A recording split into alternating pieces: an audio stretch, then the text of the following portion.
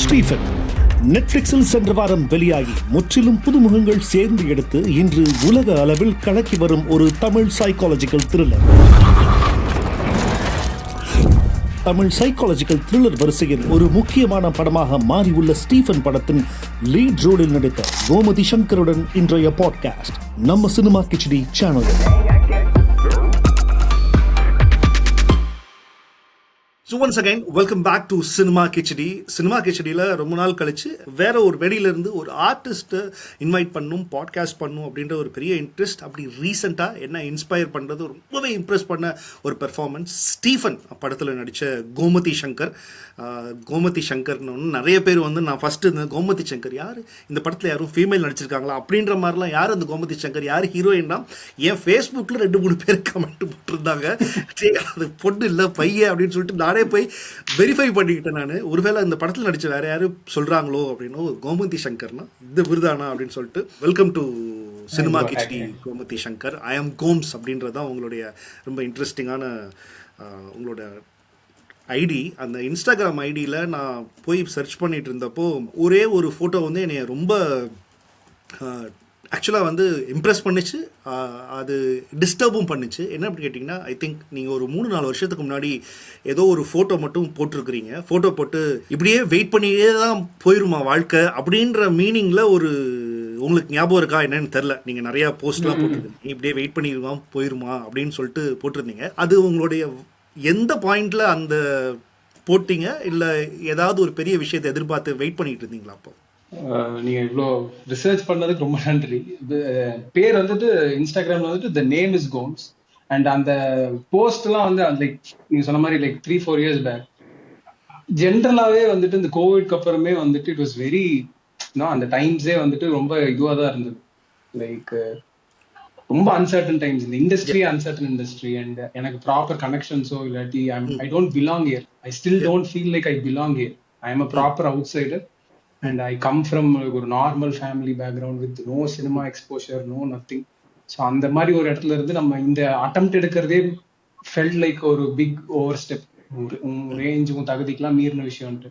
So அதுல நமக்கு வந்து நம்மளோட ஹோப்ஸை வந்துட்டு எது நம்மளை வச்சுட்டே இருக்குன்னா, நம்ம கிடைக்கிற ப்ராஜெக்ட்ஸோ நம்ம கிடைக்கிற அப்ரிசியேஷனோ ஏதாச்சும் ஒரு சின்ன சின்ன விஷயத்த நம்பி தான் நம்ம அப்படியே இல்லை நடந்துரும்ட்டு. And lot of times it does feel like வழியே தெரியாம ரொம்ப இருட்டில் சுத்திட்டு இருக்கிற மாதிரி தான் இருக்கும். ஸோ ப்ராபப்ளி அப்படி ஒரு இரவுலையோ இல்லை அப்படி ஒரு பகல்லையோ வந்து ஒரு போஸ்டர் தான் அது இருக்கும். ஓகே, அந்த விஷயத்துக்கு எல்லாத்துக்கும் இன்னைக்கு ஆன்சர் கிடைச்சிருச்சு ஸ்டீஃபன் மூலமாக. ஓரளவுக்கு உங்களுக்கு ஒரு இந்த எண்ட் ஆஃப் த டனல்ல ஒரு லைட் நீங்கள் பார்த்துட்டீங்க அப்படின்னு டெஃபினட்டாக நான் ஃபீல் பண்ணுறேன். உங்ககிட்ட நான் பேசுனதுக்கு மறுநாள் பார்க்குறேன், நீங்கள் ஒரு போஸ்ட் போட்டிருந்தீங்க, சூர்யா ட்வீட் பண்ணியிருக்கிறாரு, மென்ஷன் பண்ணியிருக்கிறாரு அப்படின்றப்போ வாவ் அப்படின்னு சொல்லிட்டு எனக்கு ஒரு பெரிய சர்ப்ரைசிங். ஓகே, பரவாயில்லையே, ஒரு பெரிய ஆர்டிஸ்ட் இருந்து இந்த மாதிரி படங்களுக்கு ஒரு வெளிச்சம் கிடைச்சிச்சுன்னா டெஃபினட்டாக அதுக்கு ஒரு பெரிய புஷ் கிடைக்குமே அப்படின்றது. அது ரேண்டமா நடந்தது தானா? சூர்யாவோட ட்வீட் இது வந்து நீங்க எதிர்பார்க்காத நடந்தது தானா? ஆமா, சூர்யா சாருக்கு ரொம்ப ரொம்ப ரொம்ப நன்றி. ஏன்னா நம்ம தமிழ்ல இருந்து அவ்வளவு பெரிய ஸ்டார் ஒருத்தர், அவரோட ஸ்கெட்யூல், அவரோட பிஸி இதுல வந்து படம் பார்த்துட்டு அண்ட் என்னையும் சரி மிதுன் மென்ஷன் பண்ணி போட்டிருக்கிறதுலாம் ரொம்ப பெரிய விஷயம். And I'm very happy. அவங்க ஏன்னா நமக்கு ஒரு டிஃப்ரெண்டான ஒரு அட்டெம்ப்ட் பண்ணும்போது இண்டஸ்ட்ரியில இருக்கிறவங்களோ அவங்க ஆப்வியஸ்லி எல்லாருக்குமே அது வில் பி பிஸி. அவங்களை குறை சொல்றதுக்கோ குத்தம் இது பண்றது இல்லை. பட் ஒரு பேர் யாராச்சும் சொல்றது இந்த மாதிரி பிக் நேம்ஸ் பண்ணும்போது அது நமக்கு ஒரு மிகப்பெரிய ஒரு வேலிடேஷன் கொடுக்குது. இன் டேர்ம்ஸ் ஆஃப் கிரியேட்டிவிட்டியும் சரி, இன் டேர்ம்ஸ் ஆஃப் ஒரு ஒரு வி ஹவ் அரைவ்டுங்கிற ஃபீலிங்க்குமே வந்துட்டு இன்னும் நிறைய பேருக்கு, இன்னும் மேபி ப்ரொடியூசர்ஸ்க்கோ ஃபெலோ டெக்னீஷியன்ஸுக்கு ஃபெலோ சீனியர்ஸ்க்கு வந்துட்டு நம்ம மேல ஒரு கவனத்தை கொடுக்குது. சூர்யா சார் சொல்லியிருக்காருன்னா இந்த டீம்ல சம்திங் இருக்கு அப்படிங்கிறது, விச் இஸ் வெரி வெரி ரொம்ப இம்பார்ட்டன்ட் எங்களுக்கு. அது என்ன, அது அகைன் ஃபுல்லாவே டெபியூட்டான் டீம், ஃபுல்லா டெபியூ டைரக்டர், டெபியூ ஆக்டர் எல்லாருமே அப்படி இருக்கும்போது இவ்வளவு பெரிய ஒரு இண்டஸ்ட்ரி வெட்டரன் வந்துட்டு சப்போர்ட் பண்றது. And it was absolutely out of நோவேர்ங்கிற மாதிரி மார்னிங்ல இருந்து நெட்ஃபிளிக்ஸ்ல இருந்து அனுப்பிச்சாங்க. அவர் கம் என்ன சொல்றீங்க அப்படிங்கிற மாதிரி இருந்தது. அண்ட் நிஜமாவே நான் எக்ஸ்பெக்ட் பண்ணேன். நாங்க அட்லீஸ்ட் என்ன எக்ஸ்பெக்ட் பண்ணிட்டு இருந்தோம்னா, நெட்ஃபிளிக்ஸ் கூட அசோசியேட் ஆன ஆக்டர்ஸ் யாராச்சும் ஒருத்தவங்க வந்து இவங்க புஷ் பண்ணுவாங்க, இவங்க ஏதாச்சும் கேட்டு இது பண்ணிருப்பாங்க அப்படிங்கிற மாதிரி தோணுச்சு. சூர்யா சார் இது வரைக்கும் நெட்ஃபிளிக்ஸ்ல நவரசால தான் பண்ணியிருந்தாருன்னு நினைக்கிறேன். நான் ப்ராப்பரா படங்கள் வந்து வந்த மாதிரி எனக்கு தெரியல. இவங்களோட நெட்ஃபிளிக்ஸ் ஒரிஜினல்ஸ்லயோ அந்த மாதிரி எதுவும் பண்ணதில்லை. அவர்கிட்ட இருந்து வந்தது வந்து it was super, surreal. Okay, அது ரொம்ப நன்றி. சூப்பர். இந்த டைமில் டெஃபினட்டாக சூர்யா அவங்க டீமில் 2D டீமில் யாராச்சும் பார்த்தாங்கன்னா டெஃபினட்டாக இதை கட் பண்ணி ட்வீட்டில் போட்டு விடுங்க, நீங்களும் போடுங்க. அண்ட் ஸ்டீஃபன் யாருன்னு தெரிஞ்சுக்கிறதுக்கு முன்னாடி I want to know who is Gomathi Shankar.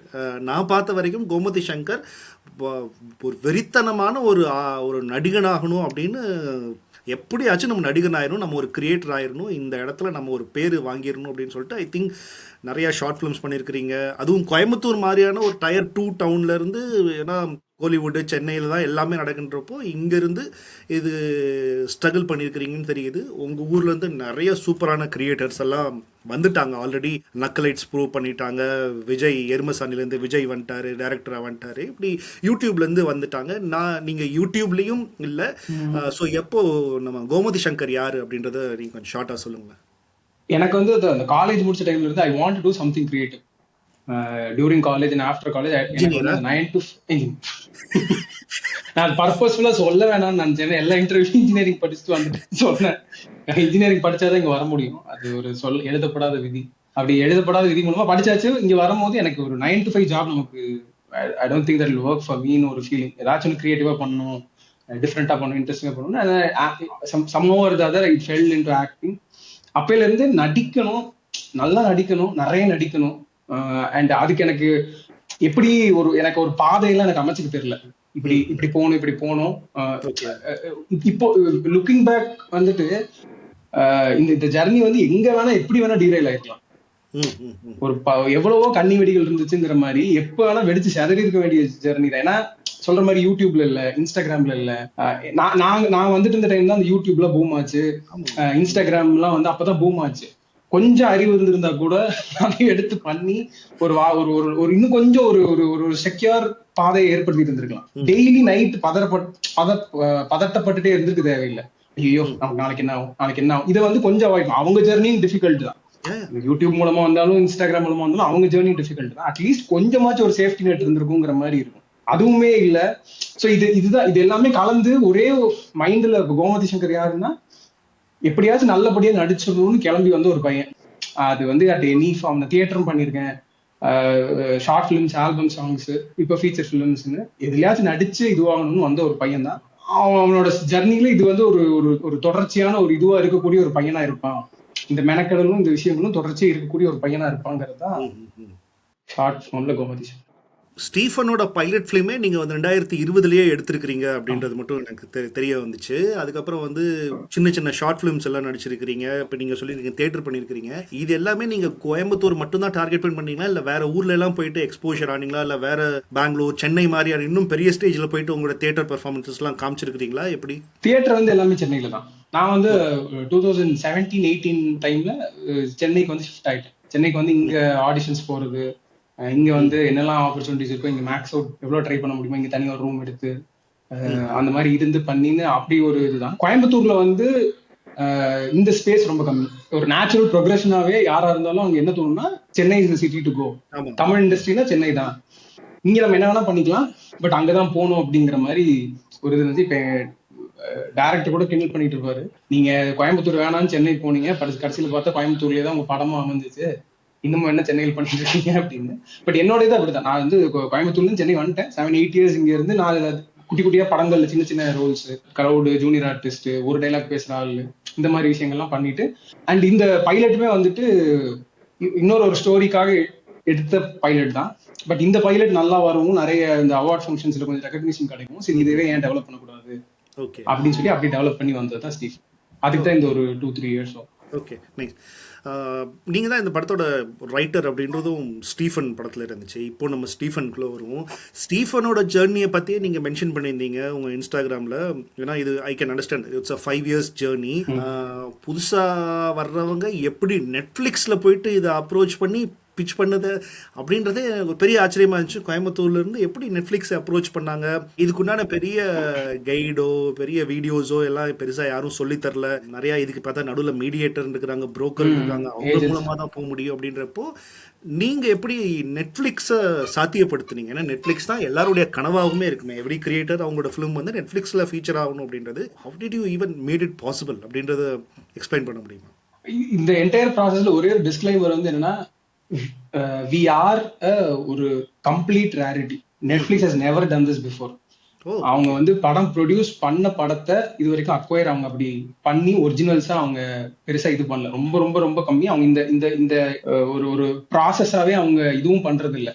அவங்க எங்ககிட்ட என்ன சொன்னாங்கன்னா, இதே நம்பிக்கையில அடுத்த படத்தை எடுத்து முடிச்சுட்டு வந்துடாதீங்க, எங்ககிட்ட முன்னாடியே எங்ககிட்ட சொல்லுங்க, நீங்க முடிச்சுட்டு இதே மாதிரி எடுத்து வந்து ட்ரெய்லர் காமிச்சா நாங்க ஓகே பண்ணிடுவோம், நம்பாதீங்க, இது நடந்ததே இல்லை, இது எப்படி நடந்துச்சுன்னு எங்களுக்கே தெரியல, ஏதோ ஒரு right time right content at the right டைம்ங்கிற மாதிரி நடந்துச்சு. அண்ட் ஆஸ் ஃபார் அஸ் நாங்க அப்ரோச் பண்ணது எப்படின்னா, 2023 வந்துட்டு நாங்க இந்த படத்தை ப்ரொடியூஸ் பண்ணலாம், இது பண்ணலாம் அப்படிங்கும் போது எங்களுக்கு மைண்ட்ல எப்படி பார்த்தாலும் இது எல்லாமே நியூ டீம் தான் பண்ண போறோம். ஸோ ஓடிடி தான் நம்மளோட வந்து ஒரு பெரிய ஒரு சப்போர்ட்டா இருக்க போகுது.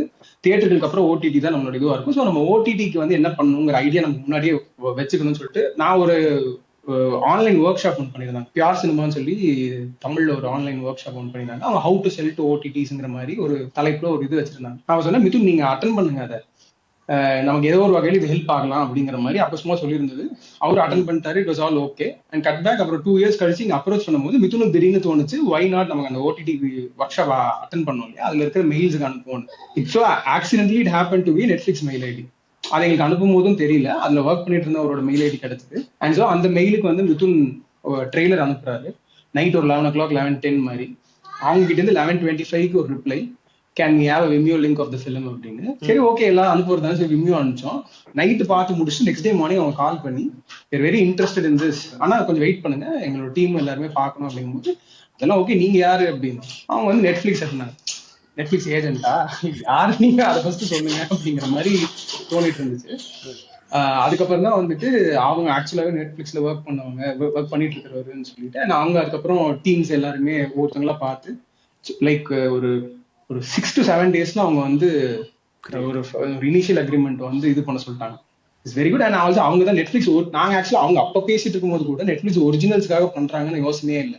சரி, நெட்ஃபிளிக்ஸ்ல ஓடிடி ரைட்ஸ் சேல் ஆயிடுச்சு, இதை வச்சு நம்ம தியேட்டர்களுக்கு என்ன பண்ணலாம்னு யோசிப்போம், நாங்க இன்டர்னலா பேசிட்டு இருக்கோம். அப்ப அவங்க வந்து கொஞ்சம் அவங்க கிட்டே நாங்க சொல்லிட்டு இருந்தோம், ப்ரோ நீங்க எப்போ நீங்க சைன் பண்ணிட்டு டேட் எல்லாம் சொன்னீங்கன்னா நாங்க அதுக்கேற்ற மாதிரி தியேட்டர்கள் பிளான் பண்ணுவோம் போது கொஞ்சம் இருங்க பாய் அப்படிங்கிற மாதிரி இங்க வேற டாக் போயிட்டு இருக்கு, கொஞ்சம் வெயிட் பண்ணுங்கன்னு சொல்லிட்டு அவங்க they said நெட்ஃபிளிக்ஸ் ஒரிஜினல்ஸ் உங்களுக்கு வரது ஓகேவா அப்படிங்கும்போது விச் ஃபெல்ட் அது ஒரு பயங்கர இந்த மூமெண்ட் தான்.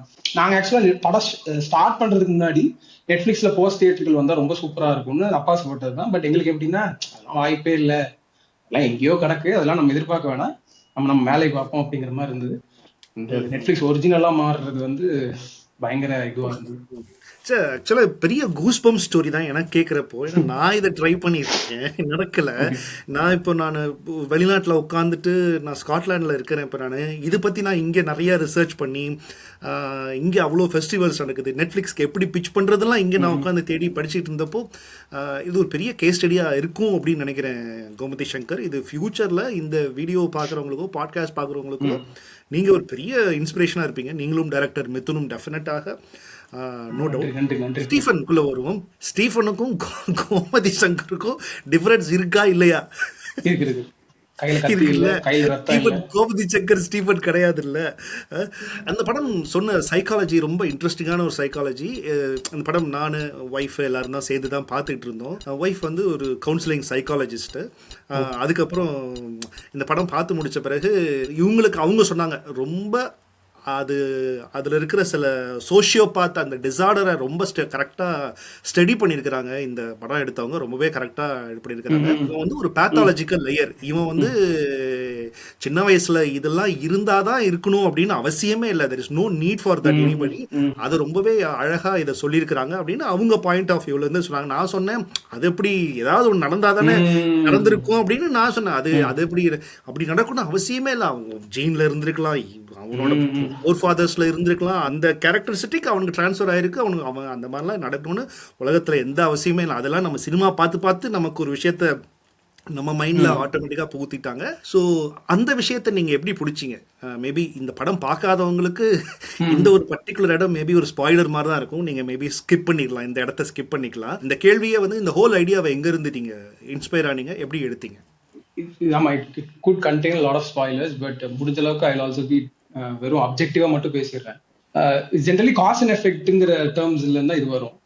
இப்போ ஜென்ரலா எப்படின்னா, ஒரு எல்லா சீரியல் கில்லர் படத்துலயும் சரி, ஒரு இதுல எப்படி இருக்குன்னா, இது வந்து எஃபெக்ட், அதுக்கு ஒரு காசு இருக்குன்னு சொல்லி இதை டிராவல் பண்ணி கண்டுபிடிக்க போவாங்க.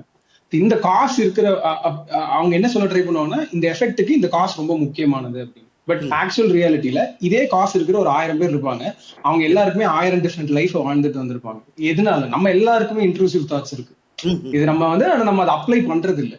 at ஒரு பாயிண்ட்ல we confine ourselves. no, இது பண்ணக்கூடாது, this is the limit, we can't go beyond this சொல்லி நம்ம மைண்ட்ல imagination நிறுத்திடுறோம். what if someone goes ahead and does this? இந்த இதுதான். அண்ட் ஆப்வியஸ்லி நாங்க சைக்காட்ரிஸ்ட் இங்க இருக்கிற சைக்காலஜிஸ்ட் ஒரு சில பேர் டாக்டர் இளங்கோன்னு ஒருத்தர் கிட்ட போயிட்டு எக்ஸ்டென்சிவா கொஞ்சம் அவர்கிட்ட பேசணும். நாங்க வந்து கதையை எழுதிட்டோம், இதெல்லாம் நியாயமா இருக்கா உங்களுக்கு, இல்லாட்டி இவனுக்கு பாட்டு இஷ்டத்துக்கு அடிச்சு விட்டுருக்கானுங்க அப்படிங்கிற மாதிரி இருக்கா, or does that make any sense to யூன்னு அவங்க கிட்ட கேட்கும்போது it does make a sense, அதுக்கு ஒரு இது இருக்கு, நீங்க சினிமேட்டிக்கா அதை அப்ரோச் பண்றீங்க, which is fine by me அப்படிங்கிற மாதிரி சொல்லியிருந்தாரு. விச் எங்களுக்கும் அப்ப ரொம்ப இதுவா இருந்தது. ஓகே, நம்ம யோசிச்சது கரெக்டா தான் இருக்கு, அதை நம்ம இப்படியே ப்ரெசென்ட் பண்ணிடுவோம் அப்படிங்கிற மாதிரி. ஓகே, இப்போ சின்ன வயசுல இருக்கிற அவங்க அப்பா அம்மா கேரக்டரோட சாய்ஸும் ரொம்ப இன்ட்ரெஸ்டிங். அதுவும் குறிப்பாக அப்பா அம்மா 2 பேருமே வந்து ஒரு குவிக்கியான ஒரு கேரக்டர், கொஞ்சம் எட்ஜி கேரக்டர்ஸ் தான் 2 பேருமே. அது டிசைன் பண்றப்போ ஏன்னா இப்படியாப்பட்ட அப்பா அம்மாலாம் இருப்பாங்களா அப்படின்னு படம் பார்த்துட்டு இருக்கிறப்போ தோணும். அது வந்து நீங்க கொஞ்சம் அந்த ஒரு எக்ஸாகரேட் பண்ணி தான் இருக்கணும்னு எழுதுனீங்களா? அவங்களோட நடிப்புல இருந்து எல்லாமே கொஞ்சம் எக்ஸாகரேட்டட் மீட்டர்ல தான் இருக்கணும்னு தான் நினைச்சு நீங்க 2 பேரும் பிளான் பண்ணீங்களா? அவங்க வந்து it is part of the story that is conveyed by Stephen. அவன் அங்க ஸ்டீஃபனுக்கு அங்க ஒரு மோட்டிவ் இருக்கு, அங்க வந்து அவங்கள ஒரு விதமா போர்ட்ரே பண்ண வேண்டிய அவசியம் ஸ்டீஃபனுக்கு இருக்கு. ஸோ அப்படி அதை வந்து நம்ம அது ஆடியன்ஸ் ஃபர்ஸ்ட் டைம் பார்க்கும்போது அப்படியே அவங்களுக்கு அது வந்து இது ரொம்ப எக்ஸாஜரேட்டடா இருக்கு அப்படிங்கிற அந்த ஓவர் எக்ஸாஜரேட்டட் ஜோனுக்குள்ளேயும் போகாம அதே டைம்ல ரொம்ப சட்டிலாவும் இல்லாம ஒரு ஜோன்ல இருக்கணும். அவங்க 2 பேருமே ரொம்ப இம்பார்ட்டண்டா அவங்களோட பிரசன்ஸ் வந்து இருந்துட்டே இருக்குங்கிறதும் நமக்கு தெரியும். அண்ட் அவங்களோட பெர்ஃபார்மன்ஸஸுமே இந்த மாதிரி ஒரு ஜோன்ல தான் இருக்கணும், அவங்க பிஹேவியர் இந்த மாதிரி தான் இருக்கணுங்கிறதுமே ஒரு யோசிச்ச ஒரு விஷயம் தான். ஓரளவுக்கு அது it has to leave an impact. அவங்க பண்ணிட்டு இருக்கிற விஷயங்கள் it has to leave an இம்பாக்ட்ங்கிற ஜோன்ல யோசிச்சது. நீங்க படத்துல ஃபர்ஸ்ட் ஷாட்லயே காமிக்கிற அந்த ஃபெரி வீல், அந்த ஜெயண்ட் வீல், அந்த வந்து ஒரு படம் ஃபுல்லா ஒரு மெட்டஃபோராவே வருது. நான் புரிஞ்சுக்கிட்ட வரைக்கும் இது வந்து ஏதாவது சம் கைண்ட் ஆஃப் ரொட்டேஷன், இவன் வந்து சொல்ற பொய்களோட வடிவமா, இல்ல அது சுத்திக்கிட்டே தான் இருக்குமா, இல்ல அது என்ன மெட்டஃபோர்ல நீங்க அதை வச்சீங்கன்னு உங்கள்ட்ட இருந்து மேக்கர்ஸ் உங்கள்ட்ட இருந்து தெரிஞ்சுக்கலாம். நான் ஒரு மாதிரி புரிஞ்சுப்பேன், பாக்குற ஒவ்வொருத்தரும் ஒரு மாதிரி புரிஞ்சுக்கலாம். நீங்க என்ன யோசிச்சு அந்த மெட்டஃபோரை வச்சீங்க? டெஃபினட்டா அதுக்கு ஒரு ஸ்ட்ராங்கான ஒரு ஆன்சர் இருக்கு. பட் அகைன் நீங்க இப்போ புரிஞ்சுக்கிற விதம் இன்னொருத்தவங்க புரிஞ்சுக்கிறது வந்து it is also interesting to you know. அது எல்லாத்துக்குமே அது என்காம்பஸ் பண்ற மாதிரி தான் ஜெயண்ட் வீல்ங்கிறதையும் நம்ம சூஸ் பண்ணிருந்தோம். இப்போ ஒரு கொலை அப்படின்னா ரெட் கலரை காமிக்கனா அது ஒரு லீனியரா நம்மள ஒரு தாட்குள்ள கொண்டு போகும். அப்படி ரொம்ப ஸ்ட்ரெயிட் ஃபார்வர்ட் லீனியரா கொண்டு போகாத மாதிரி தான் இப்படி ஒரு மெட்டஃபர் இல்ல அந்த மாதிரி ஒரு விஷயத்தை கொண்டு வந்தது. ஸோ அது மட்டும் let it leave to the audience, அவங்களுக்கு அது என்னவா அது பர்சீவ் பண்ணப்படுதோ அப்படியே அது இருக்கட்டும். பட் நீங்க யோசிச்சது யாராவது சொன்னாங்களா? இப்ப நான் சொன்னது நிச்சயமா இல்லன்றது எனக்கு புரிஞ்சிருச்சு. இல்ல அப்படி இல்லை, நிச்சயமா இல்லங்கிறதுக்கு இல்லை, இது எல்லாமே என்காம்பஸ் பண்ற விஷயங்கள் தான். இப்போ நாங்க யோசிச்ச மாதிரியும் சரி, இப்ப நீங்க இது எல்லாமே ஒரு கலவை தான். நீங்க வந்து டோட்டலா சம்பந்தமே இல்லாம வந்து ஒரு லவ் சாங்குக்கு பதிலா அந்த ஜெயண்டில மெட்டஃபரா வச்சிருக்காங்கன்னு யாருமே சொல்ல போறது இல்லை. உங்களுக்கு வந்து நாங்க யோசிச்சதுல இருந்து ஒரு எக்ஸ்டென்ஷன் மாதிரி இப்ப நீங்க ஒண்ணு சொல்றீங்க, இது கேட்க நல்லா இருக்கு, இன்னொருத்தவங்களும் அதோட எக்ஸ்டென்ஷன் அது அப்படிதான் வரும். So it all make sense and it all doesn't make சென்ஸ்ங்கிற மாதிரியான ஒரு ஏரியா தான்.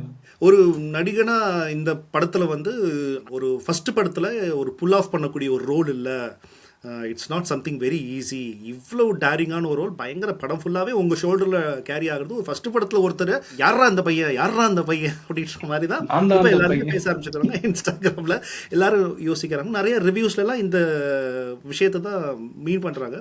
ஸோ இதுக்கு உங்களுடைய தியேட்டர் எக்ஸ்பீரியன்ஸோ இல்லை உங்களோட நடிப்பு பயிற்சி இதெல்லாம் உங்களுக்கு ஹெல்ப் பண்ணியிருக்கா ஏதாவது ஒரு வகையில்? இல்லை இவர் தான் என்னோட ரெஃபரன்ஸ் அப்படின்னு ரெஃபரன்ஸ் பாயிண்டா இந்த நடிகரை நீங்க யாராச்சும் வச்சுக்கிட்டீங்களா, மைண்ட்ல வச்சிட்டீங்களா? இப்போ எனக்கு டக்குன்னு பார்த்தோன்னா உங்களோட தாடி மியூசியோட சில விஷயங்கள்லாம் பார்த்தோன்னா தனுஷ் மாதிரியே இருக்காப்ல, தனுஷ் மாதிரியே பாடி லாங்குவேஜ் இருக்கே அப்படின்னு சொல்லிட்டு எனக்கு தோணுச்சு. உங்களுக்கு யாரும் ரெஃபரன்ஸ் பாயிண்டா இருந்தாங்க, இல்லை உங்களுடைய நடிப்பு பயிற்சி மற்ற தியேட்டர் இதெல்லாம் ஹெல்ப் பண்ணிச்சா? 3-4 விஷயம் வந்து இதுக்கு ரொம்ப வந்து ஃபர்ஸ்ட் ரைட்டிங் ப்ராசஸ்ல இன்வால்வ் ஆனது, அதுக்கப்புறம் இந்த இருக்கிற தியேட்டர் பேக்ரவுண்ட், இன்னொன்று வந்து ரியல் லைஃப் சீரியல் கில்லர்ஸோட இன்ஸ்பிரேஷன் ஜாஸ்தி, அண்ட் மிதுனோட கொலாபரேட்டிவா நம்ம பண்ற இந்த விஷயங்கள் எல்லாருமே சேர்ந்த கலவை தான். இப்போ ரியல் லைஃப் சீரியல் கில்லர்ஸ்ல நான் வந்து டெட் பண்டியோட ஜோன்ல இருப்பேன், டெட் பண்டின்னு ஒரு சீரியல் கில்லர் இருப்பேன். மிதுன் வந்து எட்மund கெம்பர்ங்கிற ஒரு சீரியல் கில்லரோட வைப்ஸ்ல இருப்போம். அப்படி நாங்க அந்த பைலட் ஃபிலிமா பண்ணும் போதே அந்த ஸ்டீஃபன்ங்கிற அந்த ஒரு கேரக்டர் வந்து இவங்க 2 பேர்த்தோட கிராஸ் ஓவர்ஸ் மாதிரி தான் இருக்கும். டெட் பண்டி, எட்மund கெம்பர். டெட் பண்டி வந்து பேசிக்லி வந்துட்டு ஸ்வீட் டாக்கர், பயங்கர சார்மிங்கா you come across, you will never believe that is a serial killerங்கிற மாதிரி. எட்மund கெம்பர் வந்து பயங்கர காம் அண்ட் கம்போஸ்டா இருப்பாப்ல. இவங்க 2 பேத்துக்குள்ளேயும் இருக்கிற ஒரு சிமிலாரிட்டி வந்து இவங்க 2 பேர் சீரியல் கில்லருங்கிறத ப்ரூஃபோட காமிச்சா கூட மக்கள் நம்ப மாட்டாங்க. சும்மா வேற யாராவது தப்பா கடத்திருப்பாங்க, தப்பா கைது பண்ணிட்டாங்க போலங்கிற அளவுக்கு அவங்க 2 பேரோட இதுவுமே இருக்கும். இந்த ஸ்ட்ரென்த்தை வந்துட்டு, இந்த ஃபீச்சர் வந்து அப்படியே நம்ம ஸ்டீஃபனுக்கும் வந்துடணும். பயங்கர அன்அஸ்யூமிங்கான ஒரு கேரக்டரா பாக்குறதுல இருக்கணுங்கிறது இது எல்லாத்தோட கலவை தான் இந்த. அதனால இவங்களை பத்தி எக்ஸ்டென்சிவா படிக்கிறது, இவங்க மட்டும் இல்ல, ரைட்டிங்காகவே நிறைய சீரியல் கில்லர்ஸோடது வரிசையா படிச்சதாட்டும் சரி. அண்ட் மிதுன் கிட்ட நான் ஒரு விஷயம், மிதுன் இப்படி பண்ணலாம், இது ஒண்ணு பண்ணலாம், இந்த மாதிரி ஒண்ணு, இந்த சீன் இப்படி ட்ரை பண்ணலாம், இந்த சீனை இப்படி ட்ரை பண்ணலாம், மாறி மாறி கொலாபரேட் பண்ணி பண்றது, இது எல்லாத்தோட கலவை தான் இது. பேசிக்கா இந்த 4 விஷயங்கள், இவங்க எல்லாத்தோட கலவை தான் வந்துட்டு இந்த பெர்ஃபார்மன்ஸ்க்கான ஒரு பேஸ் ஃபவுண்டேஷன்.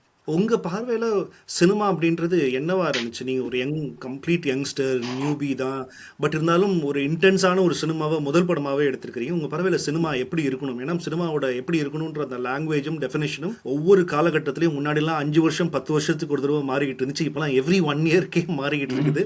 நீங்க எந்தெந்த மாதிரியான படங்கள்லாம் பார்த்து வளர்ந்துருக்கிறீங்க? எதெல்லாம் பார்த்து இன்ஸ்பயர் ஆயிருக்கிறீங்க? எல்லா படமுமே நான் பார்த்து இது பண்றது. லைக் இப்போ ஒரு ஒரு பீரியட் ஆஃப் டைம் காலேஜ் படிக்கிற டைம்லாம் வந்து இந்த IMDbயோட டாப் 250 படம்னா 250மே பார்த்துருக்கேன். தேடி போய் பாக்குறது. ஃபெஸ்டிவல் ஃபிலிம்ஸ் நிறைய பார்ப்பேன். ஃபெஸ்டிவல்ஸ்க்கு ஷாஷாங்க் ரிடெம்ப்ஷன் பார்த்துட்டீங்களா? Shawshank Redemption one of my favourites. அது எல்லாமே அப்படியே, அது என்னன்னே தெரியாது, ஆனா ஃபர்ஸ்ட்ல இருக்குப்பா இது என்னன்னு பார்க்கணும் அப்படின்னு சொல்லிட்டு போயிட்டு டவுன்லோட் பண்ணி பார்த்து, அதுக்கப்புறம் ஆன்டி ரெட்டு இப்படி ஆயிடுச்சு அவங்களுக்கு அப்படின்னு சொல்லிட்டு ஃபீல் பண்ணிட்டு இருக்கிறது. இது அது எல்லாமே அந்த டாப் 250 இருக்கிற படங்கள், மெயின் ஸ்ட்ரீமா இங்கிலீஷ்ல வர படங்கள், மெயின் ஸ்ட்ரீமா தமிழ்ல வர படங்கள், ஃபெஸ்டிவல்ஸ்க்கு வர படங்கள், எல்லாத்தோட கலவையும் தான். நடுவில் ரொம்ப நிறைய படங்கள் பார்த்துட்டே இருக்கு இது பண்றதுதான். இந்த படத்தை எடுக்கும் போது வந்துட்டு எனக்கும் சரி மிதுனுக்குமே வந்துட்டு நமக்கு பிடிச்சதை எடுக்கணும். என்னோட டேஸ்ட்டுக்கு மட்டுமே விட்டா அது ஒரு படமா வரும், மிதுனோட டேஸ்ட்டுக்கு மட்டுமே விட்டா அது ஒரு படமா வரும். இங்க 2 பேத்துக்கும் ஒர்க் ஆகுற மாதிரி படமா எடுக்கணும். எது ஆடியன்ஸ்க்கு ஒர்க் ஆகும் ஒர்க் ஆகாதுங்கிற அந்த யோசனையும் வரல. ஆக்சுவலா அதை பத்தின புரிதலும் இல்லை நமக்கு. அது அப்படி பண்ண முடியல. எங்களுக்கு தெரிஞ்சு உனக்கு பிடிச்சிருக்கல, எனக்கு பிடிச்சிருக்கல, அப்போ ஓகே இதை எப்படியாச்சும் நம்ம பண்ணிடலாம். எங்க டீமுமே ரொம்பவுமே வந்து முரட்டு பசங்கிற மாதிரி அவ்வளவு சீக்கிரத்துல எந்த ஒரு ஐடியாவுமே வந்துட்டு கிளியர் ஆகாது. பயங்கர சண்டைகளுக்கு அப்புறம் தான் வந்துட்டு ஒரு இதுக்கே வரும். ஸோ அவங்க எல்லாருக்குமே ஒரு மாதிரி ஒர்க் ஆகி அப்படி வந்த படம். அதை மட்டும் தான் நாங்க இதுவுமே பண்ணோம். ஃபைனல் அவுட்புட்டா இது யாருக்கு பிடிக்கும் பிடிக்காது, இது என்ன மாதிரி படமா வந்துட்டு இருக்கு, தியேட்டர்கள் ரிலீஸ் ஆகுமா ஆகாதா, ஜென்ரல் ஆடியன்ஸ் பிடிக்குமா பிடிக்காதா, எதை பத்தியுமே யோசிக்கல. இது எங்களுக்கு பிடிச்ச படமா எடுக்கணும், நல்ல படமா இருக்கணும், பாக்குறவங்களுக்கு வந்து ஒரு இன்ட்ரெஸ்டிங்கான ஃப்ரெஷ்ஷான படம் பார்த்தோங்கிற அந்த ஒரு ஃபீல் கொடுத்துடணும். இது இதுப்பா எடுத்ததையே சொல்றது நீங்க இதுக்குப்பான்னு யாருக்கும் வந்துடக்கூடாதுங்கிற அந்த ஒரு எண்ணம் மட்டும்தான். ஓகே, படத்தில் லிமிட்டேஷன்ஸ் அப்படின்றது கொஞ்சம் இருந்தது, என்னால் பார்க்க முடிஞ்சது. வேணா ப்ளஸ் பாயிண்ட்ஸ் நிறையா இருக்கிற லிமிட்டேஷன்ஸ் அப்படின்றது பட்ஜெட் கன்சைன்ஸில் சில பேரோட பெர்ஃபார்மன்ஸ் ஆகட்டும், சின்ன சின்ன கிளிச்சஸ், அது வந்து உங்களுக்கு அது வந்து உங்களுக்கு ஒரு ஹிண்ட்ரன்ஸாக இருந்துச்சா மேக்கிங்கில்? என்னடா பட்ஜெட் இப்படி ஒரு பிரச்சனையாக இருக்கிறதுனால இதெல்லாம் கொஞ்சம் லிமிட்டேஷன்ஸாக நமக்கு அமைஞ்சிருச்சோ, இன்னும் கொஞ்சம் பெரிய பட்ஜெட் இருந்தால் இன்னும் கொஞ்சம் நம்ம நினச்ச மாதிரி எடுத்துருக்கலாமான்ற தாட் ப்ராசஸ்லாம் படம் மேக் பண்ணுறப்ப வந்துச்சா? இப்போ அதை பத்தி கொஞ்சம் ஒரி பண்ண வேணாம், நீங்க போஸ்ட்மார்ட்டம் பண்ணக்கூடிய சூழ்நிலையில இப்போ இருப்பீங்க, பட் அப்போ கேட்கறேன். இல்ல, எடுக்கும் போதுமே வந்துட்டு நான் திருப்பி சொல்ற மாதிரி என்னோட பர்சனல் பாயிண்ட்ல இருந்து பாத்தீங்கன்னா, I'm not supposed to be here. இது நான் சும்மா இது பேச்சுக்காக சொல்ல. It doesn't make sense for someone like to pursue their dream and then to make some of the dream possibleங்கிறதுலாம் வந்து I don't think இருக்க முடியாதுங்கிறத. I was very grateful for whatever that was happening. நான் என்னன்னா, நம்ம என்ன பண்ண முடியும்? மிதுனுமே அது probably அந்த இதுல தான் இருந்திருப்பாரு. This is the card we have been dealt with, how to play. இதுதான் விஷயம்னா இதுதான் நம்ம பண்ணி ஆகணும். இங்க கம்மியா இருக்குன்னா அங்க ஜாஸ்தியா போடணும், அங்க ஜாஸ்தியா இருக்குன்னா இது இந்த ஒரு எண்ணம் மட்டும்தான் இருந்துச்சு எனக்கு. ஜென்யூனாவே நாங்க ஒர்க் பண்ணது எல்லாருமே டீம், அவ்வளவு பேர் வந்து ராவும் பகலும் உழைச்சிருக்காங்க. அது சினிமா தான், ஓகே நீ சினிமாவில வந்து கஷ்டப்பட்டோன்னு சொல்லி என்ன நீ வந்து உன்னை யார் கஷ்டப்பட சொன்னா? எல்லா கேள்விகளும் நியாயமானதுதான்.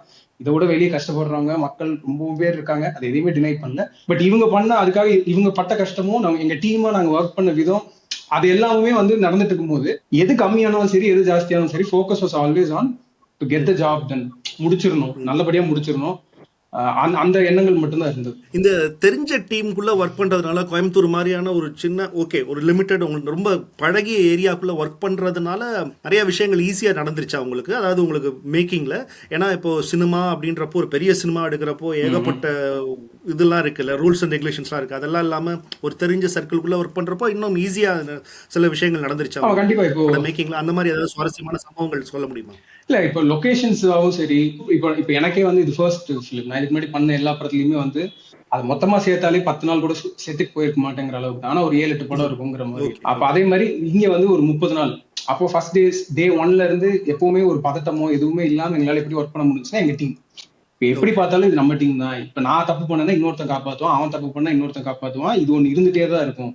Nobody is going to point fingers R அந்த ஒரு பயம் இல்லாம ஒரு சேஃப் ஸ்பேஸ்ல எங்க எல்லாருனாலுமே ஒர்க் பண்ண முடிச்சு, which is a very big thing for team effort and team. இது வந்து வெரி வெரி க்ரூஷியல். அதுவும் இந்த மாதிரி புது டீம்ஸ், புது இது அவங்களுக்கு வந்து கன்ஃபார்மா இது. And also in terms of கோயம்புத்தூருங்கிறனால, மிதுன் ஸ்டில் இன் கோயம்புத்தூருங்கிறனால லொகேஷன்ஸ் ஸ்கவுட் பண்றதாட்டும் சரி. ஏன்னா ஏற்கனவே நிறைய ஷார்ட் ஃபிலிம்ஸ்க்கு இப்போ எங்க டீம்ல பாத்தியா டைரக்ஷன் டீமும் சரி, கேமரா டீமும் சரி, ப்ரொடக்ஷன்ல ஒர்க் பண்ண ஒரு சில பேரும் சரி, எல்லாருமே directors. They want to become directors, they pursue something else. Director cinematographer, director writer, director producer, இந்த மாதிரி ஒரு காம்போஸ்ல ஒர்க் பண்றதுனால அவங்க எல்லாருமே ஷார்ட் ஃபிலிம்ஸ் பண்ணிருக்கிறதுனால, அவங்க எல்லாருமே கோயம்புத்தூர்ல ஷார்ட் ஃபிலிம்ஸ் பண்ணிருக்கிறதுனால ஒவ்வொருத்தங்களுக்கும் ஒரு லொகேஷன் தெரியும். whenever they read the script அவங்களால வந்து ஈஸியா இப்படி ஒரு லொகேஷன் அங்க இருந்துச்சு, நான் பார்த்தேன், நம்ம செக் பண்ணலாமா, அதை எப்படி பெர்மிஷன் அப்டைன் பண்றது, யார்கிட்ட கேட்டா இது கிடைக்கும், எப்படி எப்படி எடுத்தா இது நடக்கும், இது பாசிபிலிட்டிங்கிற இந்த கன்வீனியன்சஸ் எல்லாமே கோயம்புத்தூர்ல எடுத்ததுனால இருக்கு. அது கோயம்புத்தூர்ல மிதுனோட இதுவுமே இன்னும் கோயம்புத்தூர்லயே ஸ்டில் ஆப்ரேட்டிங். அவரே மிதுன் மட்டுமே ப்ரொஃபஷனல் ஷார்ட் ஃபிலிம்ஸா ஒரு 6 or 7 சும்மா ஃப்ரெண்ட்ஸோட சேர்ந்து ஜாலியா பண்றதுன்னு ஒரு 13 ஷார்ட் ஃபிலிம் பண்ணாங்க. ஸோ லொகேஷன்ஸ் வைஸாவும் எப்படி லாஜிஸ்டிக்ஸ் மேனேஜ் பண்றது it was very it happen only because we did it in கோயம்புத்தூர்ங்கிற மாதிரி. ஓகே, படத்தை பத்தி சொல்லுங்க, எங்கெல்லாம் நீங்க ஷூட் பண்ணீங்க? ஏன்னா அந்த படத்துல அந்த வீடு ஒரு சூப்பரான கேரக்டர், அந்த வீடு ரொம்ப அருமையான கேரக்டர், அந்த பிரீமியர் பத்மினி கார் ஒரு கேரக்டர், இதெல்லாம் பார்த்து பார்த்து நீங்க மெனக்கிட்டு இருக்கிறீங்க அப்படின்றது தெரியுது. உங்க அப்பாவோட அவர் வந்து ஒரு பிடி மாஸ்டர், அந்த ரொம்ப மைன்யூட்டா அவங்க அம்மா கேரக்டர் ரொம்ப இன்ட்ரெஸ்டிங்கான ஒரு கேரக்டர். ஒரு ஸ்ட்ரிக்டான அம்மா எப்படி இருப்பாங்க அப்படின்றதுக்கு அழகான ஒரு கேரக்டர். ஒரு ஃப்ரஸ்ட்ரேட்டடான ஒரு அப்பா. அவரு பேர் என்ன? அவங்க பேர் தெரிஞ்சுக்கலாமா? அவங்க அப்பா வந்து வடிவேல் அவர் பேரு, அம்மா வந்து விஜயஸ்ரீ. வடிவேல் அவர் வந்து நான் கூத்துப்பட்டில் ஆக்டிங் ட்ரைனிங் பண்ணும்போது அவர் எனக்கு டீச்சர், ஒன் ஆஃப் த இதுவா இருந்தவர், ஸ்டாஃபா.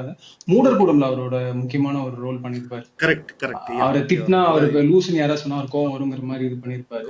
அண்ட் அதுக்கப்புறம் அவரு ஆன் அண்ட் ஆஃப் படங்கள் பண்ணிட்டு இருந்தாரு. அப்புறம் டுக் அ பிரேக். அப்ப எங்களுக்கு இந்த அப்பா இது தேடிட்டு இருக்கும் போது நான் மிதுன் கிட்ட சொல்லியிருந்தேன், அவர் ஒருத்தர் இருக்காரு, ட்ரை பண்ணி பார்க்கலாமான்ட்டு. சோ அது ஒரு மாதிரி அது ஒரு மேஜிக்கலா தான் அமைஞ்சது. பல வருஷமோ ஆன் பண்ணாத போனை அன்னைக்கு தான் ஆன் பண்ணாரு. நான் கால் பண்ணி இந்த மாதிரி ஒரு ஆடிஷன்னா நீங்க பண்ண முடியுமாண்ணா அப்படின்னு சொல்லி கேட்டது. விஜயஸ்ரீங்கிறவங்களும் தியேட்டர் பண்றாங்க, நிறைய படங்கள்ல பண்ணியிருக்காங்க. அதுவும் ரெஜின் சொல்லி ஒருத்தர் கிட்ட நான் கேட்டிருந்தேன்.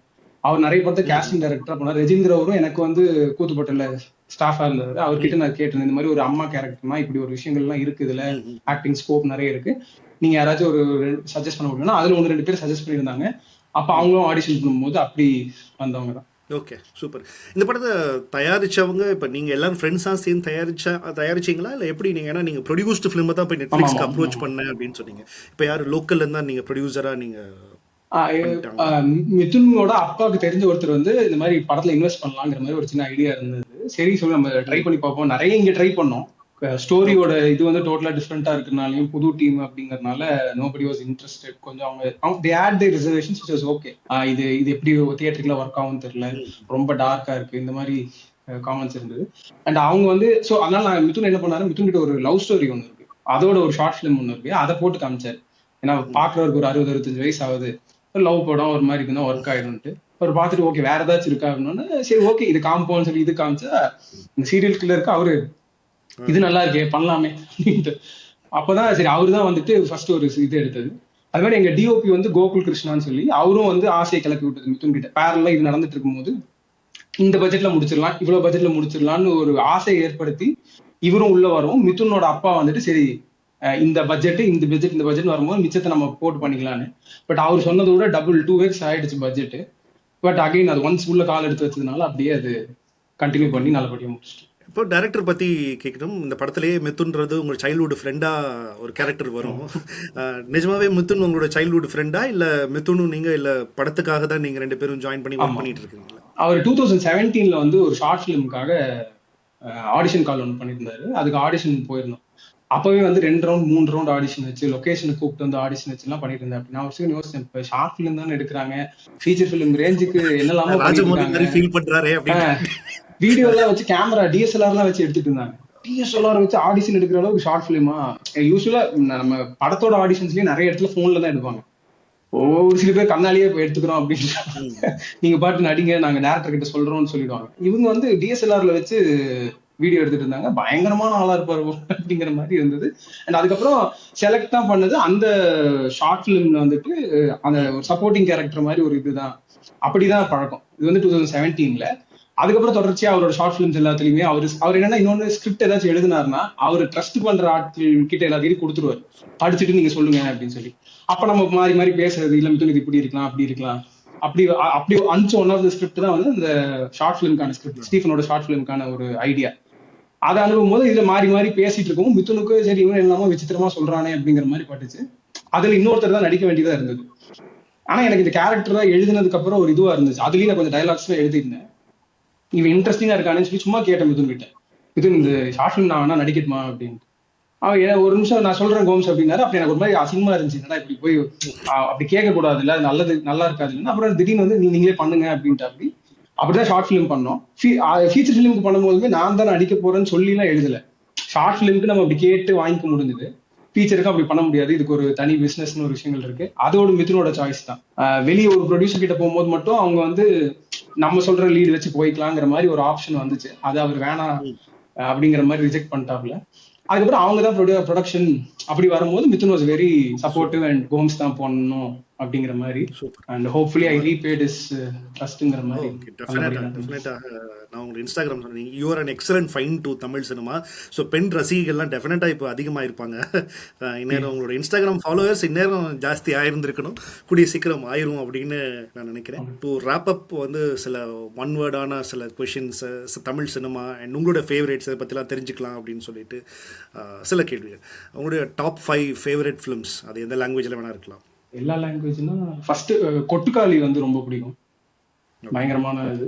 ஷாஷாங்க் ரிடெம்ப்ஷன் வந்து ரொம்ப பிடிக்கும். அமைதிப்படை, புதுப்பேட்டை, கில்லி, மிக்சடு, நோ டேட் நோ சிக்னேச்சர்னு ஒரு இரானியன் ஃபிலிம் இருக்கும், அது இந்த மாதிரி மிக்சடா நிறைய படம். ஓகே, இன்னுமே நிறைய இருக்கு. ஓகே, உங்களோட favourite actors?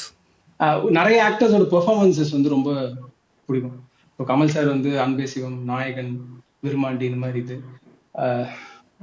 Rajini sir, Vadivel சாரோட பெர்ஃபார்மன்ஸ் நிறைய படங்கள் த்ரூ அவுட் இதுல இருக்கும். நவாசுதீன் சித்திகி அவரோட பெர்ஃபார்மன்ஸ் ரொம்ப பிடிக்கும். கனி குஸ்ருத்தின்னு ஒரு ஆக்ட்ரஸ் இருக்காங்க, அவங்களோட பெர்ஃபார்மன்ஸஸ் ரொம்ப பிடிக்கும். பிரியாணின்னு ஒரு இது. மெமரிஸ் ஆஃப் மெஷின் சொல்லி ஒரு ஷார்ட் ஃபிலிம் இருக்கு, பயங்கரமா அவங்களோட இது இருக்கும். பெர்ஃபார்மன்சஸ் தான், லைக் அவங்க பர்டிகுலர் பர்சன் அப்படியே நம்ம பிடிச்சி போறது இல்லாம அவங்களோட பெர்ஃபார்மன்சஸ். மோஸ்ட் ஃபேவரட் ஜானர்ஸ் அப்படின்னா நீங்கள் டக்குன்னு ஒரு மாதிரி போர் அடிக்கிற ஒரு டைம் அப்படின்னா என்ன மாதிரியான ஜானர்ஸ்லாம் நீங்கள் சூஸ் பண்ணுவீங்க? அப்படியான பார்த்த படங்கள்லாம், பிடிச்ச படங்கள்லாம் என்ன ஜானரா இருந்தாலும் இன்ட்ரெஸ்டிங்காக இருந்தால் ஏதோ ஒன்று ட்ரெய்லரோ சம்திங் ஒரு போஸ்டரோ நமக்கு ஏதோ ஒன்று பார்க்க இன்ட்ரெஸ்டிங்காக இருந்துச்சுன்னா பார்த்துருவேன். பட் எனக்கு ஃபேவரட்டா ஜானர்ஸ்னா ஃபேண்டசி ராம்காம் வந்து, ராம்காம்ல ஃபேண்டசி ரொமான்ஸ் வந்து எனக்கு ஒரு மாதிரி அந்த eternal sunshine of spotless mind, அதுவுமே one of my favourite films. அந்த படத்தோட ஒரு மீட்டர் வந்து எனக்கு ரொம்ப பிடிக்கும். ஸ்போர்ட்ஸ் ட்ராமா மேலேயும் ஒரு பயங்கர ஒரு ஈர்ப்பு இருக்கு. இது வந்து கொஞ்சம் ஃபேவரட்ஸ்ங்கிற ஜோன்ல சொல்லணும். அடுத்த கட்டம் என்ன? உங்களுடைய அடுத்த இம்மீடியட்டான விஷயங்கள் ஏதாவது பிளான் பண்ணிட்டீங்களா? இல்லை நெட்ஃப்ளிக்ஸ் தான் பண்ண போறீங்களா? இல்லை தியேட்டரில் முதல் முறையில் வெண் திரையில் உங்கள் ஸ்டீஃபன் அப்படின்னு இன்னும் பெரிய பிரம்மாண்டமாக அடுத்த கட்டமாக என்ன நடக்க போகுது? இப்போ கேட்டுட்டு இருக்கேன். அது இப்போ நரேஷன் ஜோன் அந்த மாதிரி இதில் இருக்கு. ஒரு சில பேர் ரீச் அவுட் பண்ணியிருக்காங்க, ப்ரொடியூசர்ஸ் ஆகட்டும் சரி, டேரக்டர்ஸ் ஆகட்டும், அவங்க ரீச் அவுட் பண்ணியிருக்காங்க. நெட்ஃப்ளிக்ஸோடது இதோட ஸ்டீஃபனோட இது கண்டினியூவேஷன் அது தனி, அது இருக்கு. அது இல்லாமல் இது வந்துட்டு ரீச் அவுட் பண்ணிட்டு இருக்காங்க. வெரி ஏர்லி ஸ்டேஜஸ் டு கான்கிரீட்டா சொல்றதுக்கு. ஓகே, நீங்களே அதுக்கு முன்னாடி லீட் கொடுத்துருக்கீங்க. லாஸ்ட் கொஸ்டினா அதுதான் கேட்கணும்னு வச்சுருந்தேன். இந்த படத்துக்கு ஒரு லீட் கொடுத்துருக்கிறீங்க, அந்த லீட் வந்து ஆல்ரெடி நீங்கள் பிளான் பண்ணி தான் வச்சதா இல்லை நெட்ஃப்ளிக்ஸ்க்கு வந்த பிறகு ஏதாவது விஷயம் நடந்துச்சா? இல்லை, இது அந்த ட்ரெண்டுக்காக வச்சதோ இல்லை அந்த மாதிரி எதுவுமே இல்லை. இப்போ நிறைய படங்கள் அப்படி பண்றாங்க அப்படிங்கிற மாதிரி இல்லை. இதோட parent story is something entirely different.